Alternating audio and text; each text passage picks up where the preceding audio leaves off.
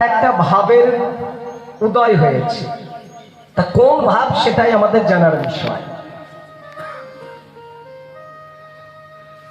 ভাব বোঝা তো যায় না, বোঝা তো যায় না, বোঝা তো যায় না, ভাব নিধি গুণার ভাব বোঝা তো যায় না, ভাব নিধি বোঝা তো যায় না।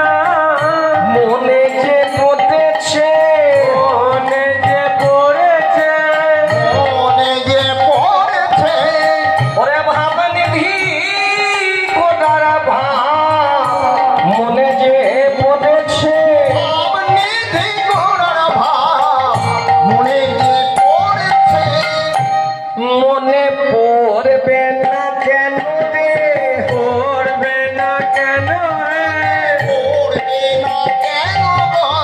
ও যে গৌর সেই তো কৃষ্ণ, ভাব মনে পড়বে না কেন রে, এই গৌর সেই কৃষ্ণ ভাব মনে পড়বে না কেন গো?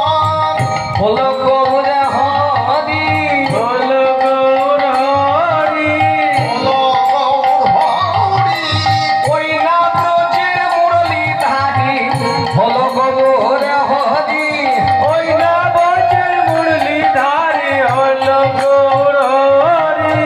ওই না ব্রজের মুরলীধারী হলো গৌর হরি।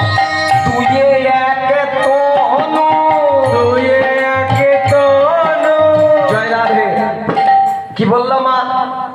বললো দুয়ে এক তনু। তনু মানে, তনু শব্দের অর্থ হচ্ছে দেহ। এই দেহটাকে বলা হয় তনু। তাহলে দুই মিলে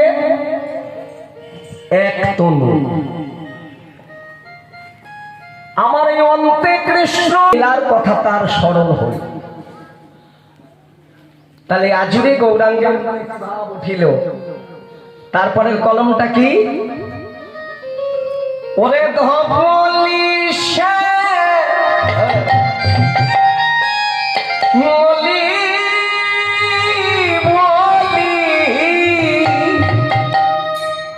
আরে ধবলি শ্যামলি বলি সঘনে, গৌর আমার সঘনে, ওরা সঘনে কিল মরিবে আর ধবলি শ্যামলি, ধবলি শ্যামলি বলে গো আমার সাধনে ডাকিল।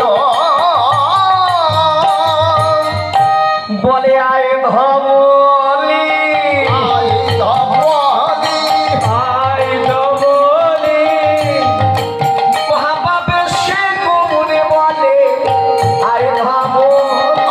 ভাবাবে সে গৌর বলে আই ধবলি। কি বলছে গৌর? ধবলি শ্যামলী,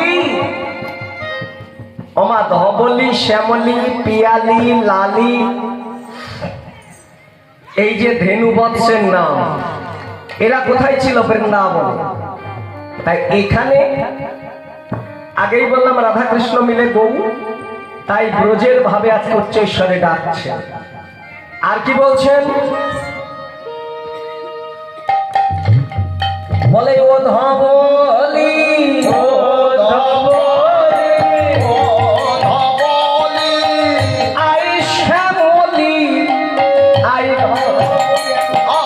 আই শ্যামলি, আই ধবলি।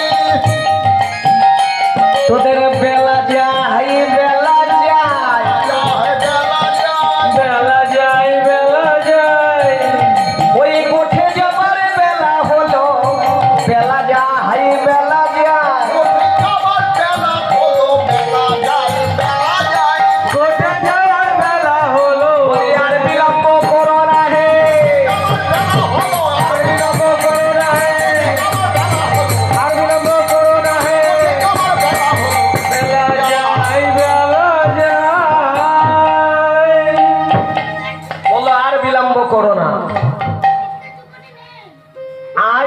বলি আই শ্যামলি, তোদের গোঠে যাওয়ার বেলা চলে যায়। মাগো,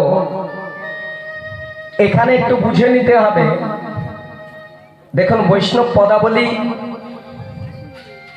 খুব কঠিন, বুঝিয়ে না বললে বোঝা যায় না, আর বুঝিয়ে দিলে যদি বুঝে নিতে পারেন তাহলে খুব সহজ, নইলে খুব কঠিন। বলছে আই ধবলি আই শ্যামলি, তোদের গোঠে যাবার বেলা বয়ে যায়, বেলা চলে যায়। কৃষ্ণ হরে রাম ভজন নিতাই গৌরে রাধে শ্যাম যাবো, হরে কৃষ্ণ হরে রাম, হরে কৃষ্ণ হরে রাম ও হরে কৃষ্ণ হরে কৃষ্ণ, কৃষ্ণ কৃষ্ণ হরে হরে। সবাই মিলে বলুন, ও ও হরে রাম